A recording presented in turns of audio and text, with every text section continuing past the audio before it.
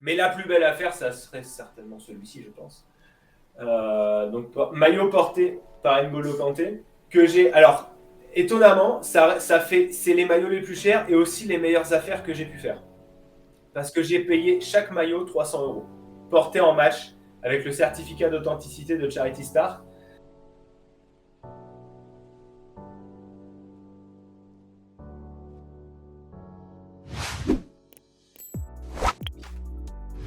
Ça fait un moment qu'on n'a pas montré de maillot. Moi, j'en ai Ouais. fini pour les maillots que je t'avais demandé précisément. Donc, c'est au moment, je te laisse montrer les maillots en vrac. Ce que tu veux, tu prends le temps que tu veux, les petites anecdotes, etc. Tu fais ce que bon te semble. Eh ben écoute, j'en ai plein, hein, donc va falloir, là vous allez en voir. Donc justement, on parle d'affaires, par exemple, achat-revente, etc. Dernièrement, coup sur coup, autant je galère à trouver des stocks pro de la France, autant j'ai trouvé stock pro des Pays-Bas 2010, donc avec l'étiquette thermocollée à l'intérieur de la finale, donc la manche longue. En l'espace de 3 semaines, j'en ai trouvé 2. Un manche courte en XL et un manche longue en L. Et en fait, chacun 15 euros. 2 vendeurs différents, mais chacun 15 euros. Donc je savais, en fait, en achetant ça, que je vais garder celui-là pour ma colle. À la base, je comptais pas revendre le XL, puis j'ai trouvé celui-là, je me suis dit, bah, celui-là me correspond mieux. Le XL, je sais que je vais pouvoir le revendre 3-4 fois plus cher. Je vais pas chercher à arnaquer les gens, tu vois, je vais juste le vendre au prix du marché. Je me base sur les prix auxquels ils partent sur eBay, et ça, attention à ceux qui veulent faire ça.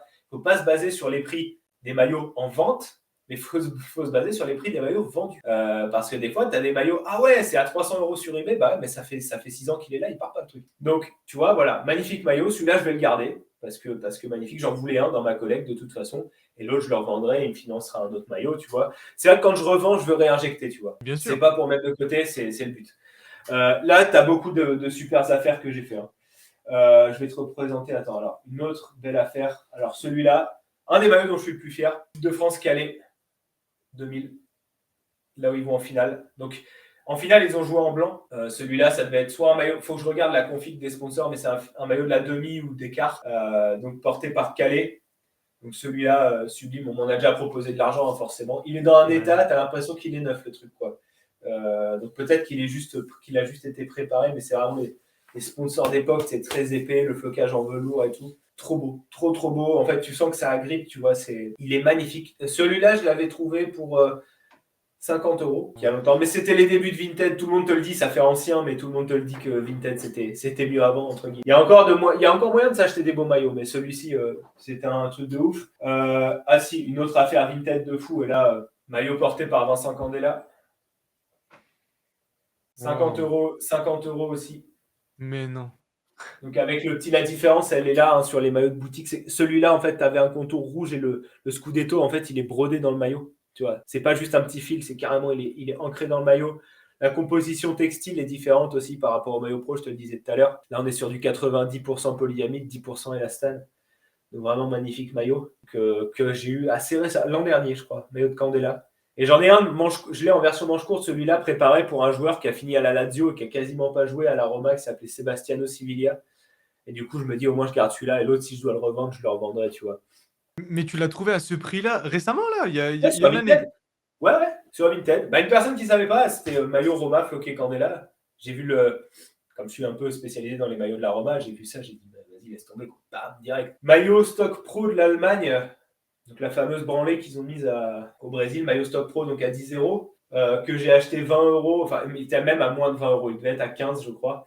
Parce qu'en fait, le logo, enfin, les étoiles se décollaient, le mec l'avait porté pour faire du sport et tout, donc je l'ai racheté. J'ai galéré à les recoller au fer à repasser, mais j'ai fini par y arriver. Et donc voilà, ça me fait le magnifique. Alors j'ai la version domicile aussi dans la collecte, et là à l'extérieur. 3 étoiles, manche longue, donc tout ce que j'aime, tu vois. Bah oui. La taille, c'est du taille 8. C'est pas, tu sais, c'est Ok. pas LXL et tout, tu Ouais. vois. Si, un autre maillot. Alors là, Dieu bénisse cette vendeuse Vinted. Attention, parce que là, je suis tombé sur quelqu'un de gentil. C'est généralement, les gens qui s'y connaissent pas, ils sont beaucoup plus gentils. Maillot porté par Nicolas Seub en Ligue 1. Donc là, s'il y a encore des canets dans le chat. Donc ce maillot en config manche longue avec le sponsor GDE, il a été porté au moins contre Saint-Etienne, je crois, quand on avait pris une volée monumentale. C'était la première fois qu'on portait le sponsor Basse Normandie derrière. Écoute, je l'achète pour 30 euros sur Vinted. Et la nana, en fait, elle m'envoie un message. Elle me dit, écoutez, je suis désolé, je vais devoir annuler la vente parce qu'il y a une petite tache dessus. Moi, je dis, normal, il est porté en match, tu vois. Elle me dit, ou alors, si vous voulez, je vous baisse le prix. Je vous rembourse un petit peu. J'ai dit, bah ouais, écoutez, elle me dit, si je vous le fais à 20 euros, ça va. Je dis, ben ouais, allez-y, pas de souci. Je me suis fait rembourser 10 euros sur ce maillot-là, magnifique, porté en match par Nicolas Seul. Donc, tu as les traces, Incroyable. les traces de terre sur le côté encore. Ouais, celui-là, c'est la magie de vintage. Je l'ai eu en 2019. Et alors, j'en ai un autre. J'ai exactement le même maillot, dans un état nickel, parce que l'autre, il est juste préparé, de Franck Berrier, un joueur qui est malheureusement décédé il n'y a pas longtemps, alors qu'il est très jeune, hein, il a 30 ans. Il a été formé à Malherbe et il jouait en Belgique. Et il est décédé d'une attaque cardiaque. Donc, j'ai aussi le maillot de Franck Berrier, que j'ai ici. D'ailleurs, c'est le maillot. Donc, là, c'est un maillot que j'avais eu à la braderie de Malherbe. Donc, à un prix correct, une 40aine d'euros. Des fois, en fonction des joueurs aussi, ils augmentaient un peu les prix, tu vois, et ils s'étaient embêtés à la toute première braderie. C'était le maillot stand-up speak-up noir qu'on avait porté contre Strasbourg. On s'était fait défoncer aussi à la Méno. Donc, il est préparé pour Franck Berrier. Super maillot, hein. Encore une fois, avec le sponsor Philips. Donc, je ne sais pas si tu te souviens de l'opération stand-up speak-up avec les bracelets blancs et noirs. Ça te dit rien? En gros, c'était une opération contre le racisme qui était parrainée par Thierry Henry et Nike. Et donc, les équipes portaient, sur une journée de championnat, en fait, les équipes qui voulaient jouer le jeu portaient un maillot. Il y avait une équipe qui jouait en blanc et une équipe qui jouait en noir. Donc, tu avais les équipes Nike. Tu vois, par exemple, tu peux retrouver sur Internet le maillot de Arsenal où ils avaient remplacé le logo Nike par un stand-up speak-up. Et les équipes qui n'étaient pas équipées par Nike, en fait, jouaient avec. Si elles voulaient jouer le jeu, elles jouaient avec un maillot noir. Donc, Strasbourg avait joué en bleu, ils n'avaient pas joué le jeu de l'opération. Nous, on aurait pu jouer avec ce maillot-là, justement, le maillot third, ou le maillot bleu. Dans le bleu ciel, il ne serait pas passé. Mais donc, pour l'opération, on avait porté le maillot noir. Voilà, stand-up speak-up. Un autre maillot que j'aime beaucoup, pour les cadets aussi, c'est le maillot extérieur de 2005-2006, qui a été porté donc, par Julien Toulic, qui était encore numéro 33 à l'époque. En fait, c'était un peu une révolution. À l'époque, le rose 2006, c'était un peu la hype. Genre, ça devenait. Il y avait le Stade français en rugby qui avait lancé ça et ça devenait un peu admis pour des hommes de porter du rose. Ouais. Donc, comme Erea, c'était une marque italienne, un peu fashion et tout, ils avaient sorti ce maillot-là à l'extérieur. Et en gros, donc tu avais plein de gens qui s'en plaignaient parce qu'ils disaient, à juste titre, qu'on dirait un maillot bleu et rouge, mais à l'envers. Et c'est vrai, en vrai, on dirait que c'est un maillot bleu et rouge qui est mis à l'envers. Et là où tu sais qu'en fait, c'était vraiment un maillot stock pro, c'est que pendant les 2 tiers de la saison, je ne sais pas pourquoi, et c'est la même chose sur le maillot Bakary que je t'ai montré tout à l'heure, en 2005-2006, le logo était décalé. Donc, quand tu achetais une réplique qui était au milieu de la bande, normal, sur les maillots des joueurs, il était décalé. Super. Et les maillots que tu achetais en boutique, ils étaient plus roses, en fait. Ça, c'est plus saumon. Et à cette époque-là, Malherbe, quand ils étaient chez Erea, au bout d'un moment dans la saison, quand les joueurs ils avaient donné tous leurs maillots, ils passaient sur des maillots boutiques, souvent avec les sponsors sublimés, tu vois, donc plus résistants. Mais là, voilà, c'était un vrai maillot stock pro, donc porté évidemment, avec le petit LFP qui va bien. Et à l'époque, c'était Julien Toudic, notre numéro 33. On va passer sur. Si, là, je vais t'envoyer du lourd, là. Faut que j'envoie du lourd parce que tu vois. Oh non. Bah, tu sais qui l'a porté, celui-là? Oh. Incroyable. Porté par Francesco Totti en amical de début de saison. Donc là où tu reconnais la différence des maillots boutiques et les maillots players, c'est que les maillots players, il y avait plusieurs pays de fabrication, mais là c'est du Made in Italy. Donc quand tu tombes, tu ne vas pas le voir, c'est trop petit, mais quand tu tombais sur du Made in Italy, tu étais sûr que c'était du maillot porté. Et en fait, dans cette config, donc sans badge et avec juste le numéro, ils l'ont porté en amical de pré-saison. Et je l'ai racheté à un collectionneur, pareil, pour... lui, il voulait s'en débarrasser, il voulait vraiment se concentrer sur les maillots un peu patchés et tout. Je l'avais payé, je crois, 70 euros. Quoi? Ouais. Mais c'est pas possible. Le flocage était différent aussi. Alors, c'était sur eBay, hein, Vinted, ça n'existait pas encore. Le flocage est différent de ce que tu trouvais en boutique. Les maillots match, ils étaient beaucoup plus fins. Tu sais, c'est un peu du papier limite, tu vois. Donc, ouais, j'ai un maillot dans ma collecte porté par Francesco Totti. Il a un charme de fou parce que les gens pourraient dire, ouais, il n'y a pas le nom et tout, tu sais pas qui il est, mais justement, moi, c'est ça que je trouve que c'est ça qui pète, quoi. Les maillots, juste le numéro derrière, quoi. Le 10, en plus, c'est mais oui, c'est ça, c'est roi le de Rome, 10. quoi. Pour être. Moi, dis-toi, en 2016, j'ai fait un voyage à Rome juste pour aller voir Totti jouer, quoi. Et juste pour voir la Roma, pour voir le. Je respecte. Et franchement, ouais, ce maillot-là, j'en suis pas peu fier. La composition textile est différente des réplicas aussi. Donc ouais, maillot magnifique. Et puis justement, je préfère parce que tu sais, à partir du moment où il y a le Totti derrière, ça peut tout à fait être un truc que tu as rajouté. Mais là, comme ça, dans cette configuration-là, je sais qu'il y a beaucoup la mode, t'en parles beaucoup dans les vidéos des full patch, Moi, c'est pas un truc qui me fait nécessairement kiffer, quoi. Full patch, si c'est porté ou préparé, oui. Mais prendre un réplica et mettre full patch, c'est pas quelque chose qui me fait kiffer. Justement, je préfère, quand j'achète un maillot de boutique, que ce soit Stock Pro ou quoi, je préfère le laisser brut dans son jus avec son étiquette. Ce qui est très marrant, c'est que sur un forum du FC Lorient en 2010, j'avais vu un mec qui avait dit ça, qui disait moi je mets pas le flocage sur les maillots, ça fait plus authentique. Et à l'époque, je disais oh, il a tort. Je trouve qu'avec un flocage c'est plus cool. Et en fait non, maintenant j'ai changé complètement d'avis et je trouve qu'un maillot boutique brut neutre c'est carrément mieux. Et sans sponsor c'est encore mieux. Donc pareil, maillot préparé de Manchester City. Sur la période 2009-2011, ils l'ont utilisé 2 saisons. Alors comment je sais que c'est préparé? Parce que c'est un joueur qui est tout flingué. C'est Ben Mee qui joue aujourd'hui à Burnley. Et j'ai pareil récupéré dans un stock un mec qui vendait ses maillots. Ben Mee qui a été formé, c'est une légende à Burnley en fait, mais il a été formé à City. Okay. Et il était dans l'effectif de cette saison-là, mais il n'a pas joué. Mais il avait quand même eu un maillot préparé. Et donc aujourd'hui, maintenant, il n'a plus que le Mee derrière. Mais à l'époque, ils avaient fait Ben Mee, numéro improbable. Il y avait Kieran Trippier aussi à l'époque dans cette équipe-là. Et peu de gens le savent aussi qu'il avait été formé à City. Donc avec, voilà, pareil, les badges taille pro, flocage feutrine pro, etc. Donc très cool, surtout que ce maillot-là, il vaut assez cher. Enfin, il est magnifique, hein. Franchement.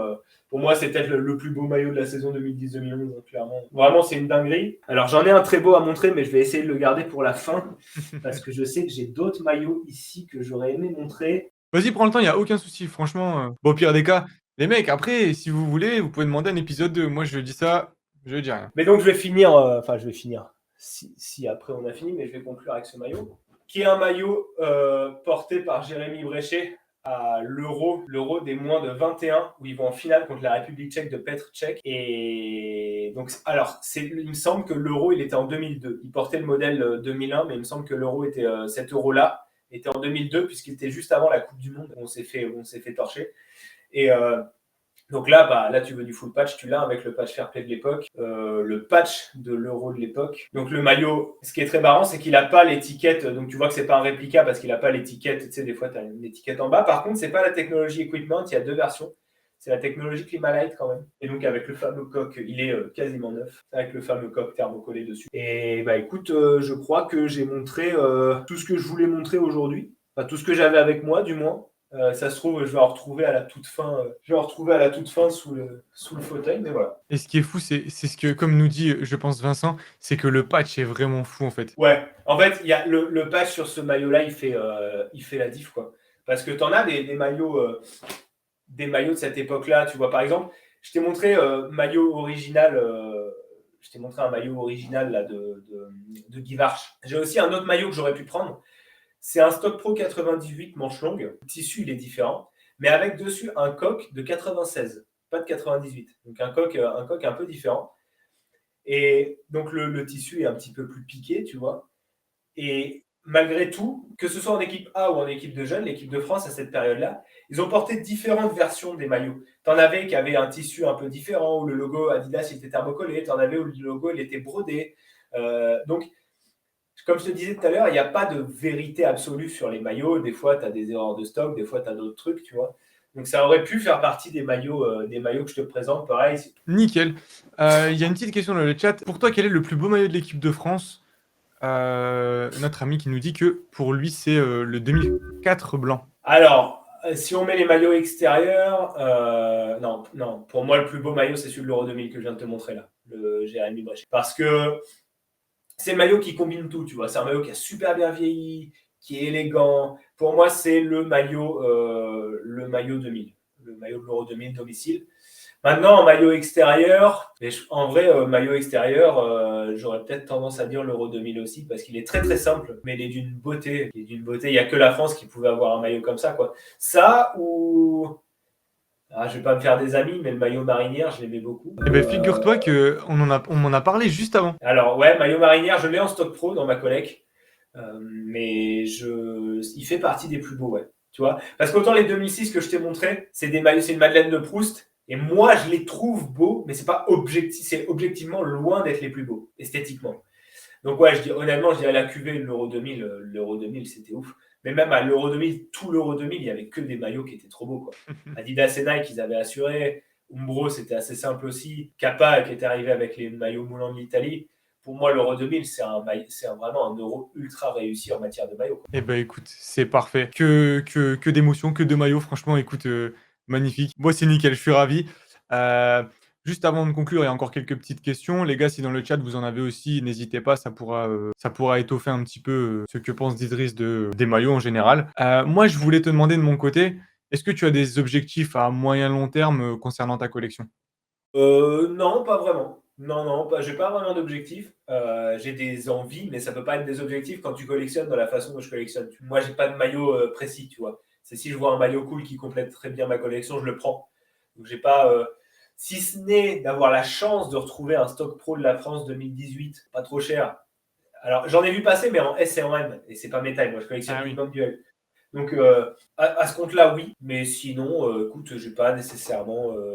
Non, continuer comme ça, de trouver les meilleures affaires possibles. Et puis, voilà. OK, top. Top, top, top. Maître Aplo qui nous demande, grand supporter messin, ça fait, 5 fois qu'il demande: «Est-ce que tu as un maillot du FC Metz?» Non, j'ai pas de maillot du FC Metz, mais j'aimerais bien en avoir un de Grégory Proman, Grégory Leca, puisqu'ils ont joué à Malherbe. Alors, il faudrait que ce soit du porté préparé. Hein. J'achèterais pas un maillot juste avec le flocage, mais je me rappelle, les maillots, le FC Metz a toujours eu des beaux maillots, je trouve. Maillots magnifiques. Quand ils avaient le même modèle, à l'époque de Ribéry, quand ils avaient le même modèle que Monaco l'année d'avant avec le col sur le côté, c'était stylé. Le maillot d'Adebayor 2002-2003, l'année où il remonte, là, il était très très beau aussi. Donc, ouais, avec Puma, ils en avaient eu des sympas. L'époque de Kappa, ils en avaient des beaux. Ils avaient des très beaux maillots. Et donc, non, j'ai pas de maillot du FC Metz dans ma collecte, mais ça pourrait tout à fait. OK. Il y a du coup Touko qui nous disait: «Je voulais le remercier pour toute son aide qu'il me donne sur Insta pour l'achat de mes maillots». Bah écoute, Merci, pas de souci, avec plaisir. et Et là, pour ça, j'en profite d'avoir encore. Si un jour j'ai plus d'abonnés, je pourrais plus trop le faire, tu sais, parce que si t'as des mecs qui viennent te contacter 6 ou 7 fois par jour, tu peux pas aider tout le monde, mais tant que je peux aider, j'aide, quoi. la même chose que j'ai dit tout à l'heure, mais les conseils qu'on a demandés doivent être, vachement pointus parce que moi, on me demande si, Agosport, c'est des officiels, par exemple. Je pense que toi, tu dois avoir des demandes vraiment qui demandent beaucoup de précision, quoi. Ça dépend. Alors, j'ai jamais eu de question de ce genre-là, quand même. Après ça arrive, hein, il y a la question elle est légitime aussi, il y avait Ouais, vraiment après, non, mais alors après, je me dis, si quelqu'un m'a découvert via ma chaîne YouTube et qui me pose ces questions-là, c'est qu'il a pas regardé mes vidéos, tu vois. Mais qu'on me demande, c'est différent, tu vois. Si on vient de demander est-ce que tel site est fiable et que toi, c'est un site que tu connais depuis des dizaines d'années et tu sais qu'il est fiable, oui, c'est légitime qu'une personne, tu vois, j'ai eu des est-ce que Classic Football Shirts c'est fiable? Tu vois, parce que les gens connaissent pas, ça c'est légitime. Mais tu te doutes bien que dans un magasin comme Decathlon ou Go-Sport, ils vendent pas du faux, c'est interdit. Hein. Tu sais, c'est comme les gens qui croient que les protéines en poudre, c'est du dopage, tu vois. Et dire, bah oui, bien sûr, t'en trouves à Decathlon, mais c'est des produits dopants, tu vois. Il y a un moment, réfléchis. Non, non, Loïc et d'autres me posent beaucoup de questions pour authentifier des maillots, ce que je fais avec plaisir. Maintenant, à chaque fois, mon conseil, comme je veux surtout pas guider les gens dans la mauvaise voie et leur faire acheter un truc de merde, dès que j'ai un doute, je leur dis, moi, à ta place, j'irai pas, tu vois. OK. C'est quand même la base, tu vois. Dès qu'il y a un flocage, tu vois, typique, un 98 avec un flocage Zidane, 98 ou 2006 ou 2000, hein, généralement, je veux dire, franchement, n'y va pas parce que tu as 90% de chances que le flocage ce soit un faux. C'est à peu près. Voilà. Après, bon, voilà, on me demande d'identifier. Aujourd'hui, il y a quelqu'un qui m'a contacté sur Insta parce qu'il savait pas, il voulait savoir la valeur de son maillot de la Juve, tu vois. Donc, j'ai essayé de le guider. Mais je lui ai envoyé la vidéo que j'avais faite sur comment estimer un maillot parce que estimer un maillot de façon objective, c'est difficile. Le maillot, il vaut ce qu'un potentiel acheteur quelque part dans le monde est capable d'y mettre, tu vois. C'est ça. Donc, en fait, toi, tu tentes un prix et tu vas à la pêche et tu vois si ça mord, quoi. Et après, si ça va pas, bah, tu changes de ligne et puis ou de hameçon et tu changes d'appât, tu baisses le prix. C'est comme ça que ça marche. Et il me demandait, parce que je vois le maillot, je dis attends, c'est peut-être un stock pro. Et il me dit c'est quoi stock pro? Donc je lui ai expliqué, je lui ai dit voilà. Il m'a demandé, il m'a envoyé que des maillots authentiques. Hein. Il me dit tiens, j'ai vu celui-là du Ghana 2010. Il me le montre, il me dit c'est un stock pro ou pas? Donc je le vois, je lui dis non, c'est un répliqué. Il me dit mais comment vous faites pour le voir direct? Bah, il n'y a pas de mal en fait. Moi, si j'étais pas collectionneur et que je collectionnais depuis 3 semaines, je veux dire, quand j'ai commencé à collectionner, d'ailleurs, je marque pas de début officiel en fait à ma collection. Je me souviens de mes premiers maillots, mais je me suis considéré collectionneur qu'après avoir vu que j'avais constaté que j'avais 10 ou 20 maillots en ma possession, je me suis dit putain, là, je collectionne. C'est pour ça que j'ai du mal avec le concept de commencer une collection. On en reparlera. Mais donc il me dit c'est quoi Stock Pro, je lui explique, je regarde l'étiquette, je dis non, bah, c'est juste une réplique, mais c'est un beau maillot. Et donc il me demandait est-ce que le fait que ce soit du M et du L, enfin est-ce que les tailles ont un impact sur les prix? Je lui dis bah oui. Et forcément, un M, un L, ça va plus se vendre qu'un XS, tu vois. J'ai plus des questions de ce genre-là, mais des questions à chaque fois auxquelles je réponds avec plaisir, quoi. Maintenant, quand je peux pas répondre, je peux pas répondre, tu vois. Si j'ai pas Bien le temps, sûr. si j'ai trop de taf, des fois je zappe des messages, ça m'arrive, quoi. C'est pas que je me prends pour un autre ou quoi. C'est juste que je peux pas. Mais dès que je peux, je le fais. Eh ben, il y a la preuve en direct parce que Alex qui nous dit merci à Idriss qui m'a aidé sur des maillots du Sénégal. Ah oui, Et Alex, que je connais d'ailleurs, et c'est là que je vois que le monde est petit et c'est incroyable parce que Alex, que j'ai déjà vu passer dans les commentaires, que je vois qu'il est sur ta chaîne, que tu as déjà conseillé, c'est là que c'est beau. Et moi, en fait, je donne pas mon Vinted sur les réseaux. Je veux que ça reste dissocié, tu vois. Parce que t'es jamais à l'abri de tomber sur un casse-couille. Et je veux pas que ça ait un impact. Des gens mal intentionnés, il y en a partout. Et tu sais, je veux pas que ça ait un impact ailleurs, tu vois. Ou tu sais, tu fais une vente un peu de merde ou un achat de merde. Et après, derrière, le mec, c'était une chaîne YouTube et il vient de pourrir. ouais. Ça, je veux éviter. Mais maintenant, ouais, j'ai vu qu'il avait trouvé mon Vinted et qu'il suivait mon Vinted. Oui, je l'ai conseillé, ouais, sur des maillots du Sénégal, bah, avec plaisir, hein, avec plaisir. Moi, dès que je peux, Eh ben, écoute, magnifique. Et je te dis, tu as encore remercié l'autre Alex, donc Pofas, qui nous dit j'adore ton contenu sur YouTube, super intéressant. Et encore une fois, Touko qui dit que ce matin, tu l'as rendu heureux par rapport à un maillot de la Coupe de France 98, pardon, qui a été sorti à 1998 exemplaires le lendemain de la finale. Si Vincent est encore dans le chat, on en parlait dernièrement de ce maillot-là. Adidas, ils ont sorti un réplica avec une étoile et à la place de la petite boîte FFF, l'encart Brésil-France 12 juillet 98. Et c'est sorti en magasin Adidas le lendemain de la finale. Donc ça, c'est un vrai. Même si ça rend bizarre en fait le petit coq avec le match detail, mais c'est vraiment c'est vraiment un maillot qui est sorti par Adidas, quoi, qui a été sorti par Adidas. Ok. Bon, bah, je vais repoursuivre avec mes dernières petites questions. Je voulais te demander si tu avais des petits conseils, même si tu nous en as donné petit à petit dans l'interview, pour quelqu'un qui voudrait se lancer dans une collection de maillots. Alors, ouais, comme je te le disais, moi, c'est vrai que j'ai du mal à me dire on se lance dans une collection de maillots, tu vois. C'est le meilleur moyen de se casser la gueule. Mais peut-être commencer juste par essayer de trouver un ou plusieurs maillots qui vous plaisent. Voilà. Pas se dire je me lance dans une collection pour faire comme les autres, parce que c'est devenu un peu mainstream, il faut dire ce qui est. Moi, aujourd'hui, je me sens moins honteux de dire je suis collectionneur de maillots. Je peux te dire qu'il y a 10 ou 15 ans, j'avais l'impression d'être un gros beauf. Donc aujourd'hui, quand je dis je collectionne les maillots de sport, j'essaie de ne pas en parler. Je loue un emplacement spécifique pour les stocker pour pas que ça prenne de place et pour pas que ça dérange ma compagne, tu vois. Les gens qui s'y connaissent pas, je leur en parle pas. Et dès que je commence à en parler, je peux. Donc, un conseil, c'est pas commencer une collection, mais commencer à trouver quelques maillots qui vous plaisent. Éduquez-vous. Il y a assez de contenu sur ma chaîne et sur la tienne et sur d'autres. Et sur les réseaux, il y a des sites comme Footpack qui sont top. Il y a des sites comme Classic Football Shirts. Ils ont aussi quelquefois fait des tips sur les faux maillots, des comparatifs. Vous tapez comparatif vrai-faux sur YouTube, vous allez en trouver. Donc, achetez pas de fake. Voilà. Achetez pas de fake. Si vous lancez une collection, achetez pas de fake. Évitez au maximum les maillots floqués parce que je sais que c'est très à la mode, mais éviter les flocages, c'est éviter un maximum de cagades et éviter un maximum de foirage sur des maillots. Tu as plein de gens qui ont un super maillot, toi le premier, et dont le flocage vient le pourrir en fait. Donc éviter les flocages, surtout de nos jours où il y a les trois quarts des flocages sont faux. Et où en boutique, même si vous allez en boutique officielle, ils vont vous le floquer à l'arrache parce qu'ils en font à l'appel et le truc il sera mal placé. Vous aurez un flocage un peu bidon. Enfin bref. Comme toi, tu vois, qui avait eu pas le bon badge, tu vois. Tu n'avais pas le bon badge sur le maillot alors que tu étais passé par un truc officiel. Ouais. Évitez un maximum ça. Achetez de l'authentique. Essayez fouiner, éduquez-vous. Allez voir sur YouTube ce genre de choses. Et vous précipitez pas. Et commencez par des maillots pas chers parce que si vous vous rendez compte dans 1 ou 2 ans qu'il ne vous plaît plus, vous n'aurez pas perdu trop d'argent. Quand les pièces deviennent un peu chères, surtout, faites confiance à personne. Je leur dis, j'ai été victime d'une arnaque il n'y a pas une semaine. La première arnaque dont j'ai été victime depuis que je collectionne, vous dites-vous, quoi, ça peut arriver à tout le monde. Alors, le maillot était correct, c'est juste la personne qui ne l'a jamais envoyé, alors que je l'ai payé. Mais faites confiance à personne. Passez par des plateformes où vous allez être remboursé. Payez via PayPal, donc on a dit qu'on en reparlerait. Mais faites-vous un compte PayPal. Et si jamais vous trouvez un accord avec une personne hors plateforme, vous choisissez paiement par biens et services et vous rajoutez un petit peu d'argent. Vous n'êtes pas à 3 ou 4 euros près.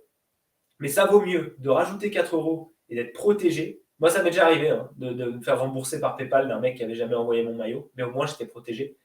Donc, vous faites paiement biens et services. Si la personne vous en demande 70 euros, bah, PayPal, genre généralement, pour les vendeurs, ils prennent une petite commission de 3% ou 2%. Donc, vous regardez sur Internet. On va prendre pour 70 euros, bah, vous payez 74 euros. Comme ça, la personne touchera 70 euros. Mais vous avez une protection. Donc, des fois, il ne faut pas être avare. Il faut se rendre compte qu'on n'est pas à 1 ou 2 euros près dans la vie. Et des fois, ça vaut le coup de mettre un petit peu plus cher pour des maillots, pour craquer un petit peu, enfin, mettre un peu plus cher pour être sûr, protégé, voilà. Et tout simplement jouer la sécurité, quoi. Dans tout ce que vous faites, jouer la sécurité.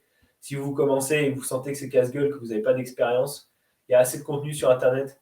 La chaîne de Seth Paris in My Blood, j'en parle souvent, ça fait longtemps qu'il n'a pas fait de vidéo, mais c'est le fondateur de Your Football Shirt. Il donne beaucoup de conseils sur les numéros de série. Voilà, si vous pouvez sur les maillots Nike, numéro de série, vous tapez dans Google Nike, le numéro de série, Google Images.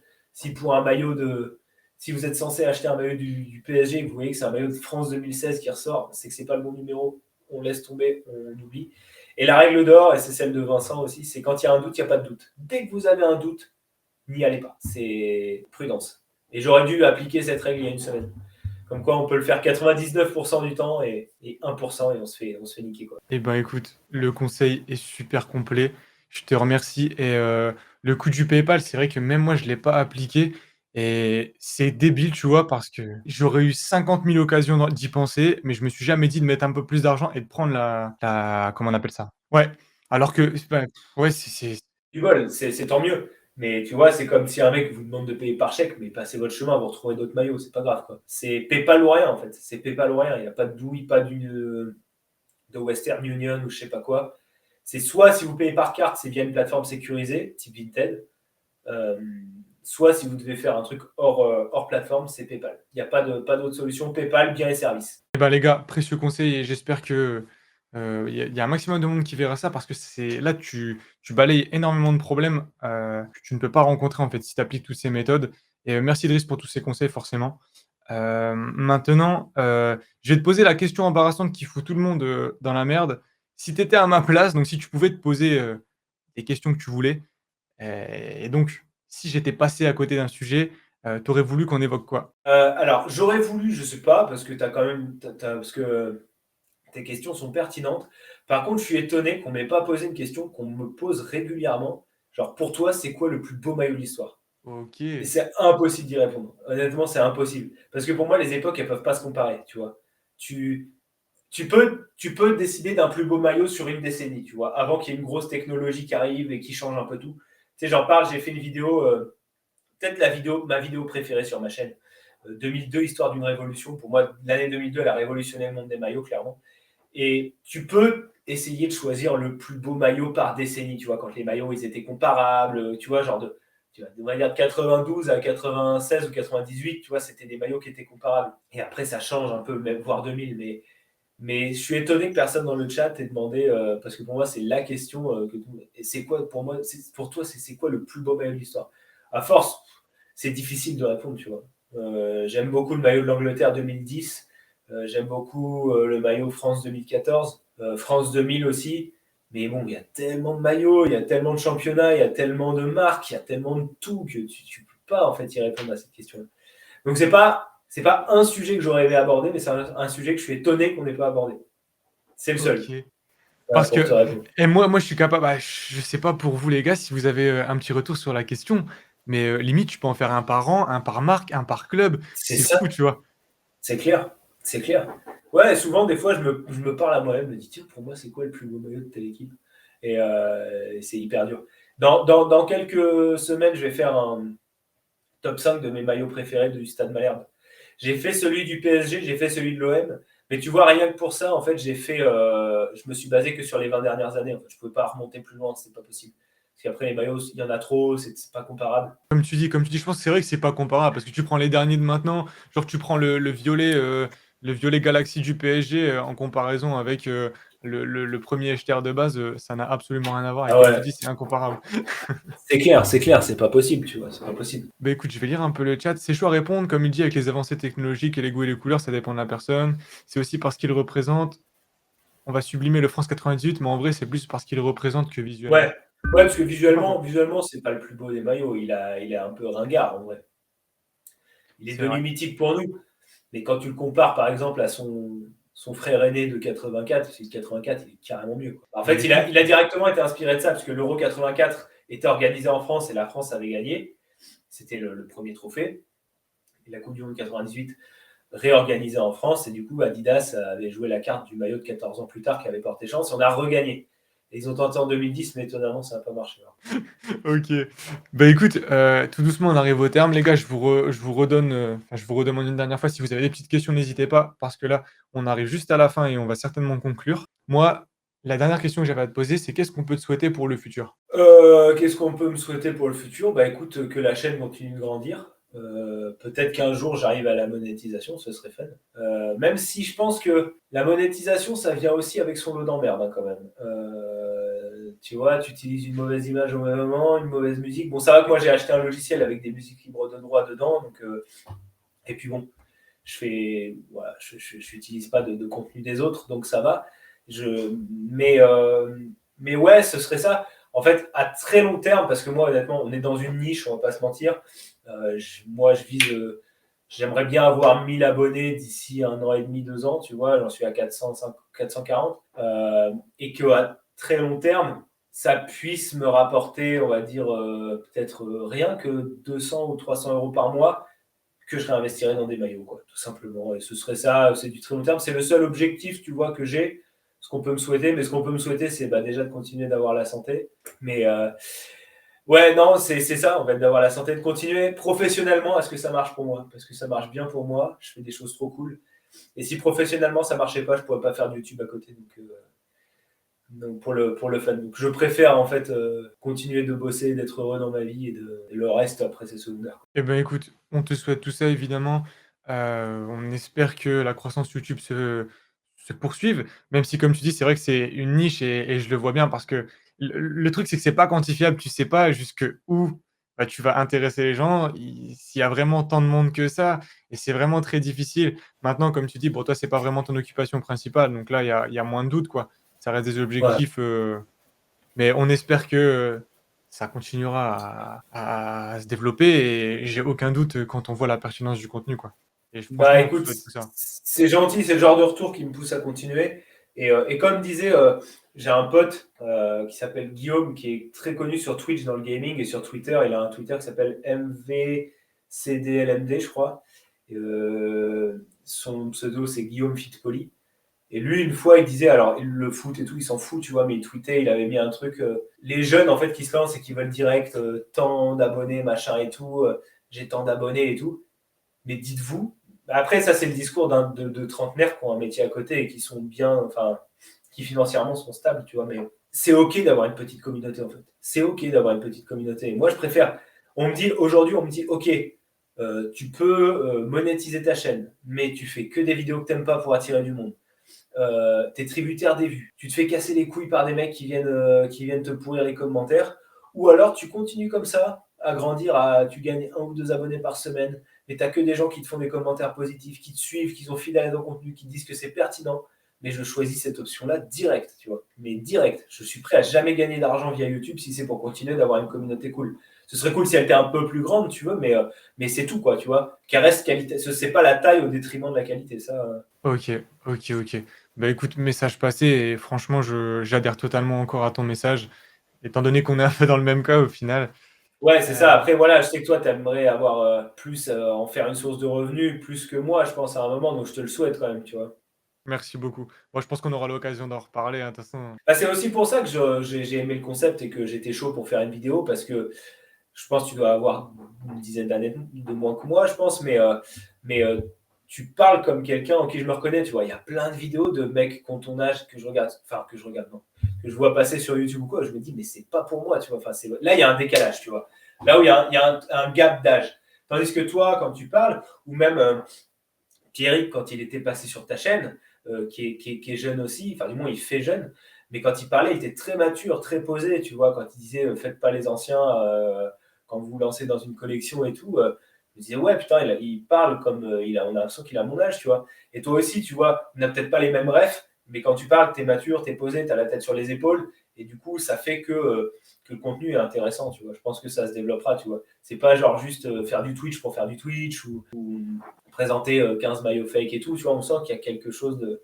Voilà, tu vois, c'est aussi pour ça, tu vois. Et au final, c'est ouais, c'est tout le but, tu vois, c'est d'avoir, ben, comment on appelle ça, d'instaurer une confiance assez importante pour que des gens comme toi qui partagent la même passion que moi, au final, puissent venir. Et je suis vraiment ravi de la tournure que ça prend. Et je vais te le redire plusieurs fois en off, je le redirai à la fin du live. Et merci d'avoir bien voulu nous faire confiance et passer, quoi. C'est Franchement, un franchement, plaisir, c'est un plaisir. Moi, dès que je peux parler, que ce soit de maillot ou d'autres, hein, c'est aussi pour ça que je suis prof à la fac, c'est parce que j'aime partager mon expérience. Je suis prof, enfin, j'enseigne aussi mon métier partiellement à un master. Et parler de mes passions, j'adore ça. Et je suis content, c'est que tu vois, la chaîne, elle a qu'un an, mais j'ai pu faire des vidéos pour Ultimo DS, qui était quand même une référence pour les puristes du foot. C'était niche, il n'y avait pas une grosse audience, mais je préfère largement ça. J'ai pu échanger avec Mickaël de Talk My Football, qui est super sympa, et on échange de temps en temps. J'ai pu faire une vidéo, enfin une interview découpée sur la chaîne de Flavien Bory d'Off de Foot. J'ai pu rencontrer des gens cool, comme la chaîne My Soccer Universe, dont je parle souvent. Il a une petite audience, tu vois, il a passé les 900 abonnés il n'y a pas longtemps. Mais il parle, lui, de tout, de maillot et d'autres trucs de foot. Mais c'est un Autrichien, on parle anglais, on est devenus amis, tu vois. Tu sais, YouTube, c'est aussi un petit réseau social quand tu l'utilises bien. c'est vrai. Et j'ai rencontré que des personnes cool, tu vois. Et bah, si tu veux me souhaiter un truc, c'est que ça continue comme ça, que je continue de rencontrer des gens sympas et avec qui tu peux faire des vidéos, tu vois, pas juste échanger en privé, mais partager la passion à d'autres. Et ça fait super plaisir, quoi. Puis j'ai découvert Twitch en plus, tu vois, je suis un boomer, moi. Bah écoute, parfait. Et on espère que ça continue comme ça, on te le souhaite. Franchement, du fond du cœur, je te le souhaite. Maintenant, j'ai quelques petites questions parce que le temps que je demande, il y en a qui ont reposté. Alors, Toukou qui nous demande à quand un match Idriss Adornano ou à Stade Océane pour le derby de la Normandie? Ouais, ça va être compliqué parce que habitant près de Toulouse, en plus, ces cons-là, ils sont montés en Ligue 1. Donc maintenant, pour aller voir Malherbe, je vais être obligé d'aller à Pau, tu vois. Mais ça va être compliqué parce que la dernière fois que j'ai vu un match à Dornano, dis-toi, c'était en août 2017. Donc j'avais pris l'abonnement, j'avais repris l'abonnement en Borély, dans le COP. Et en fait, à ce moment-là, bah, décision de vie, tu vois, je rencontre ma compagne et tout. Et puis je décide de déménager à Toulouse. Donc j'ai revendu mon abonnement. J'ai eu le temps d'aller voir un match qui était Caen-Bastia 2017-2018. Et après ça, en fait, j'ai regardé Malherbe à distance. Mais je suis allé les voir au stadium. Donc, je suis allé les voir à Toulouse en 2017-2018 aussi. Et j'y suis allé en septembre dernier, là, quand on les a battus. Anecdote très marrante, d'ailleurs, où j'étais dans le COP des Indians avec un maillot de Malherbe. Sauf que je savais pas, en fait, c'était involontaire. Parce que je trouve que dans la culture du foot, c'est pas respecter le club adverse que de faire ça. Mais en fait, le pote avec qui j'y suis allé, c'est un pote de Normandie, mais qui habitait dans le coin, Nicolas. Il verra cette vidéo, un de ces quatre, il verra la rediff YouTube.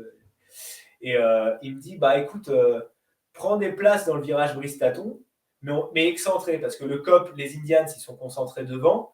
Donc, sachant que c'est un lundi soir, que les autres tribunes, elles seront vides, comme ça, on profitera de l'ambiance, mais en étant un peu excentré. Je dis, ok. Donc, je prends. Et on y allait avec son beau-frère, qui était pour Toulouse, et un pote, Clément, que je salue, et aussi une pote, Anto, que je salue aussi, et la copine de mon pote aussi, donc qui eux étaient pour Toulouse. Et nous, on était les deux seuls pour Caen. Et en fait, on arrive aux abords du stade, donc son beau-frère me dit, mais ils vont pas vous laisser rentrer avec votre maillot. Je dis, bah, ils vont pas nous laisser rentrer, c'est juste un match, quoi. C'est un match de Ligue 2, on a, enfin, les supporters extérieurs, quoi. Non, mais vous allez dans le virage Bristaton, ils vont pas vous laisser rentrer, quand même, malheur.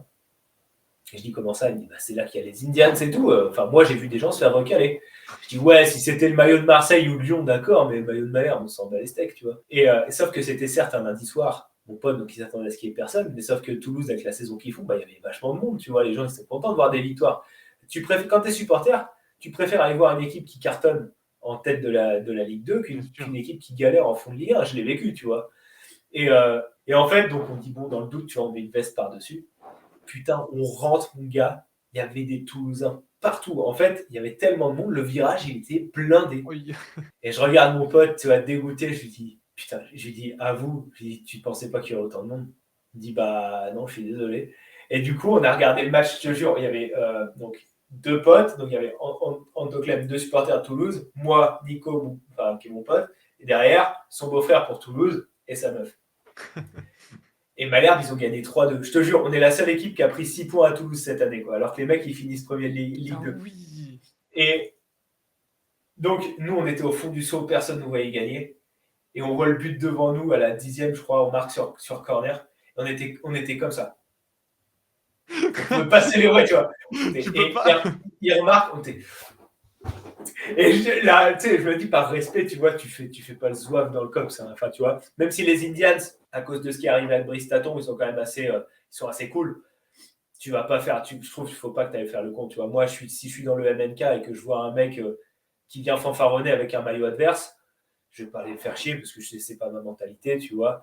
Voilà. Si c'est un maillot, admettons, tu as un camp Metz, un camp Reims, le mec il a un maillot de Reims, il est avec ses potes qui sont pour Caen, je m'en fous, tu vois. Là Ouais. j'étais avec des potes de Toulouse, donc c'était un peu bon enfant, tu vois. Je pense pas qu'on se serait fait emmerder. Par contre, il y a un camp Marseille, moi ça me rend ouf et je sais que Samuel, je sais pas s'il est encore dans le chat, mais moi ça nous est pété un boulard quand on arrivait à Dornano, qu'il y avait plus de Marseillais que de Canet, mais j'étais. Ça, Et tu te demandes ce qu'ils foutaient à la billetterie, quoi. Tu dis mais vous avez pas le droit de faire ça, quoi.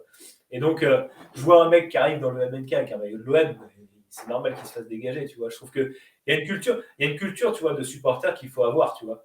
Tu sais, souvent, entre copes, l'humiliation, c'est de te faire voler ta bâche, tu vois. Et, bon, c'est la culture ultra, tu vois, c'est comme ça.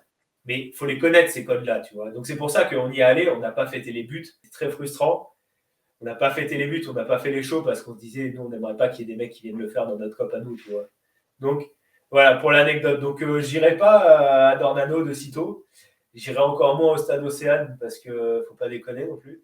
Et bah, d'ailleurs, on est allé gagner au stade Océane en plus. On joue à domicile même quand on va voir. Quoi. Mais par contre, j'irai voir Malherbe à l'extérieur. Après, c'est pareil, hein, aller se taper un match à Rodez en Aveyron au mois de décembre, solide. Hein. Et quand je vois les respects aux mecs qui descendent de Normandie pour aller les voir. Et tu sais que j'ai été deg parce que cette année, pour l'anecdote, il y avait mes 2 clubs qui jouaient à Pau. Il y avait le Stade Toulousain qui jouait à Pau à 15h au Hameau en rugby. Et à 20h, il y avait Malherbe qui jouait à Pau. Et j'aurais tellement pu y aller. Alors, les 2 matchs se sont mal finis. Les 2 équipes ont perdu. Qu'avec leur recul, je me dis, bon, je me suis économisé ça. Mais en tant que supporter, tu te dis, putain, c'était le truc à faire, quoi. Le bon plan, quoi. Parce qu'entre les 2 matchs, j'avais largement le temps d'aller d'un stade à l'autre. D'un stade à l'autre, en fait. Ça aurait été terrible de faire ça, quoi. Non, mais par contre, c'est vrai que ça manque de. Parce que ce que je faisais quand j'allais dans le MNK, j'allais avec tous les gars de We Are Malherbe, dont Samuel, hein, qui était dans le chat ce soir, El Pasota, avec Julien, que je connaissais du lycée, et puis il y avait Alban, il y avait tout le monde, tu vois, c'était vachement cool. Boris, Seb, toute l'équipe, Samuel, un autre. C'était vachement sympa parce qu'il y a un bistrot à côté de Dornano qui s'appelle Le Bayeux qui. En semaine est juste un PMU et un rad de piliers de comptoir et devient un peu le lieu de rencontre avant les matchs, les samedis soirs, parce que c'est là que les supporters vont boire un coup. Et donc, généralement, je les rejoignais là, tu vois, et on marchait jusqu'au COP et on regardait le match ensemble. C'était vachement fun, tu vois. Ça me manque, tu vois. Parce que quand je vais au stade toulousain, il y a eu une période quand j'habitais dans Toulouse, je prenais des places et j'y allais tout seul. Ensuite, j'y allais. Et maintenant, en fait, j'y vais avec des amis, mais je peux y aller moins. Mais chaque fois que j'y vais avec des amis, et c'est ce qu'on a fait samedi, c'est trop un kiff, quoi. Mais aller au stade entre potes, c'est trop bien, quoi. C'est ça. Ça me manque, ouais. Parce que j'ai traîné ma compagne au TFC SMC de janvier 2018, où pour le coup, c'était dans les fins fonds de la Ligue 1. C'était Dupraz, le coach de Toulouse, et il n'y avait personne. Et le stadium, c'est un courant d'air, en fait. Quand il n'y a personne, si tu veux, c'est ouvert de partout. Ah oui. Et elle me dit, mais plus jamais tu m'emmènes dans ton truc. J'avoue, il faisait très froid. Je suis désolé. Le match était à chier. Malherbe avait perdu en plus. Enfin bref. Ouais, voilà. Non, je risque pas d'aller à Dornano de sitôt, quoi. Parce que quand je rentre, il n'y a jamais de match là-bas. Et quelques fois où je rentre en Normandie, en fait, c'est pour Noël et il n'y a pas de match, quoi. Ouais, bah oui, forcément. Ouais. Ok. Alors, Vincent qui nous dit, si je me trompe pas dans le pseudo, il suffit d'une vidéo All My Jerseys et hop, les 2000 abonnés sont à toi. Désolé pour l'accent exceptionnel, peut-être, mais. Ouais, alors, c'est vrai. Mais est-ce que je vais attirer 2000 abonnés qui m'intéressent? Est-ce que je vais attirer 2000 abonnés qui vont venir régulièrement regarder mes vidéos? Parce que là, d'un point de vue ratio, j'ai un ratio qui est pas dégueu, en fait, tu vois. D'un point de vue nombre d'abonnés et vues, c'est pas mal, tu vois. Euh, est-ce que... Et en fait, j'ai toujours dit que je ferais pas ça puisque je me tirais une balle dans le pied, puisque je base mes vidéos sur ma collection. Donc tout montrer d'un coup, voilà. Effectivement, hein, j'attirerai beaucoup de monde. Mais il y a une chaîne, il y a un mec qui fait des vidéos YouTube à la base fitness, mais il parle un peu de tout et rien. Il s'appelle Dylan Marchand. Il avait Oncle Kermit maintenant. Et il avait une chaîne avant où il faisait un peu du clash et tout. Au début, ça pesait bien. Il avait fait des clashs sur des gros youtubeurs. Et en fait, il le dit lui-même, son discours est pertinent. J'ai attiré beaucoup de monde, mais j'ai attiré que du monde que je voulais pas, quoi. Et en fait, que du monde qui venait là pour du sang, pour voir des dramas. Et moi, je voulais pas faire ça. Je l'ai fait une fois et c'est ça qui a fait buzzer. Donc moi, le buzz m'intéresse absolument pas. Si je veux atteindre 2000 abonnés, je veux que ça se fasse doucement, de façon qualitative. Et voilà, je suis pas pressé. Honnêtement, je suis pas pressé. OK et ben, franchement, mais c'est pareil, je pense pas que ce soit mais le pire, c'est que enfin, là, c'est moi qui rentre dans le débat, enfin, on va peut-être passer un peu beaucoup de temps sur la question, mais est-ce que tu vois, tu attirais vraiment des personnes qui seraient vraiment beaucoup plus impressionnées, qui, par exemple, bah, genre, je te dis une connerie, tu sors sans maillot, comme tu nous as montré ce soir, des choses vraiment lourdes, quoi, des choses vraiment très rares et un mec qui sort sans maillot boutique, je sais pas si les personnes sont assez averties et vont vraiment apprécier la chose à sa juste La valeur, en fait. différence, bah, je pense pas. Je pense pas. Après, moi, tu sais, je regarde pas mal de contenu de mecs qui mettent des maillots boutiques parce que j'aime regarder des gens qui ont des maillots, tu vois. C'est peut-être pas des maillots que j'aurais dans ma collecte, mais ça me fait plaisir de voir des gens kiffer sur des maillots, tu vois. Donc, je regarde hein, des unboxings, des machins. Nouvelle question d'Alex. Est-ce que tu as déjà pensé à une façon de vivre des maillots tout en gardant, ton petit côté passionné? C'est-à-dire créer une boutique, quoi, quelque chose comme ça, j'imagine. Peut-être pas forcément une boutique, mais que ta passion te rapporte, Bah, ça m'est venu en créant ma chaîne YouTube, mais si jamais un jour j'arrive à monétiser et monétiser correctement pour vivre de ma passion, non, parce que je mets jamais tous mes œufs dans le même panier, moi. Et tu vois, moi professionnellement, je suis traducteur, mais j'ai une infinité de clients différents, divers et variés. Et je suis aussi prof à la fac et dans deux facs différentes, de deux choses différentes, donc des cours d'anglais d'un côté et de la traduction de l'autre, pour avoir un maximum le pied dans différentes choses, tu vois. Et c'est vrai que c'est Ibra TV qui disait ça dans une vidéo que j'ai regardée aujourd'hui. Il dit il faut avoir plein de poules pondeuses, comme ça, dans la vie, comme ça, s'il y en a une qui arrête de pondre, tu peux rebondir ailleurs, tu vois. Et c'est vrai, c'est, je suis tout à fait d'accord avec ça. De vivre de cette passion-là, non. Par contre, que ça fasse un petit revenu supplémentaire, bah, ce serait via YouTube. OK, nickel, question Mais répondue. ce serait un revenu réinvesti dans ma collecte, je pense. OK, nickel. Beh, du coup, il y a plus de questions, si ce n'est Touko qui repart sur de la provocation. Idriss, ça fait 3 ans qu'on gagne chez vous, lol. 2 ans, pardon, Ouais, cette année, on a fait nul. Petite précision. ouais, c'est vrai. Mais bon, ça fait longtemps qu'ils n'ont pas vu la Ligue 1, par contre. Et désolé Idriss, mais la Normandie est ciel et Et Marine. marine, pas rouge et bleu. Ah bah je crois pas, hein. Demande à des gens qui vont au Havre et des gens qui vont à Caen, hein, ils vont me dire laquelle est la plus belle, hein. Moi, les amis, je ne prends pas parti. Ouais, tu prends pas parti, c'est vrai. Moi, c'est pas mes parents, c'est pas mon père qui m'a emmené au stade, hein. Avec mon oncle, il allait au stade à Malherbe, donc on a pris l'abonnement. Et, euh, et après, quand j'avais l'abonnement, j'y allais avec un voisin en fait, de mon immeuble. Un vieux monsieur en fait qui était adorable et tout. Et on allait au stade ensemble tous les samedis à Malherbe quand j'étais. Mais c'est pas mon père. Mon père, il est venu voir une fois un match avec moi, bah, quand Lens. Mais bon, c'est pas trop son truc, tu vois. Mais on allait voir. Il connaît le foot, hein, il y a joué et tout. Mais ouais, j'ai pas reçu ça de mon père. Moi, je disais en intro, j'ai pas reçu la culture d'aller au stade et l'amour du foot de mes parents, quoi. Et tu vois, c'est ça qui est fou parce qu'il y a autant d'histoires, il y a autant de développement qu'il y a de personnes au final. Grave. Et donc, du coup, c'est ça qui fait la beauté du foot et tout. Et c'est pour ça qu'on kiffe aussi, hein, c'est... Ouais, c'est sûr, bah, c'est clair. J'en parlais avec un pote, Olivier, je lui montrerai la vidéo, je sais pas s'il sera là, mais lui, il est toulousain, donc il supporte plus ou moins le TEF. Et par contre, le rugby, il peut pas les encadrer parce qu'il dit, et quelque chose de très juste, moi j'adore le rugby, mais quelque chose qui est vrai, c'est que les joueurs de rugby ont quand même un peu moins de profondeur, tu vois. T'as beaucoup moins d'histoires atypiques dans le rugby que dans le foot. Ils sont beaucoup plus dans le même moule, en fait, les joueurs. Et c'est vrai que des mecs comme Ribéry, comme Tevez, tu vois, qui ont une histoire, des histoires rocambolesques, des mecs qui finissent footballeurs et tout, finissent pro, qui commencent leur carrière à 25 ans, 26 ans, ça n'existe pas dans le rugby, en fait, tu vois.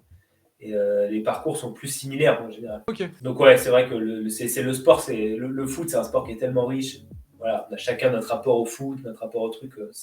Eh ben, écoute, c'est magnifique et j'espère qu'on aura, la possibilité de réaborder le sujet. Comme quoi, là, enfin, là déjà, on a parlé d'énormément de sujets. Ça fait déjà 2h45 et je pense qu'on pourrait en refaire autant si si on était inspiré. Commence, Ah, mais en plus, quand tu parles de passion, c'est encore c'est pire, quoi. ça, c'est ça, c'est ça. Bon, bah, de ce fait, je pense que, on va quand même conclure. Bon, du coup, les amis, je vous remercie d'être restés jusque la fin. Merci à Idriss d'avoir bien voulu répondre à toutes ces questions et d'avoir pu nous partager tous ces maillots. N'hésitez pas à vous abonner à la chaîne, à surtout aller jeter un petit coup d'œil à la chaîne d'Idriss, donc l'amour du maillot qui sera en description. Merci encore pour tout. Merci pour tous ceux qui ont été présents lors du live. Je vous remercie les mecs, ça me fait super plaisir. Et bah, c'est grâce à vous qu'on en est là et qu'on peut faire ce genre de petites collaborations. Sur ce, je vais vous souhaiter donc une bonne soirée. À bientôt sur la chaîne et j'espère vous voir aussi sur la chaîne d'Idriss. Belle soirée, bonne journée et à bientôt du coup. Salut les mecs!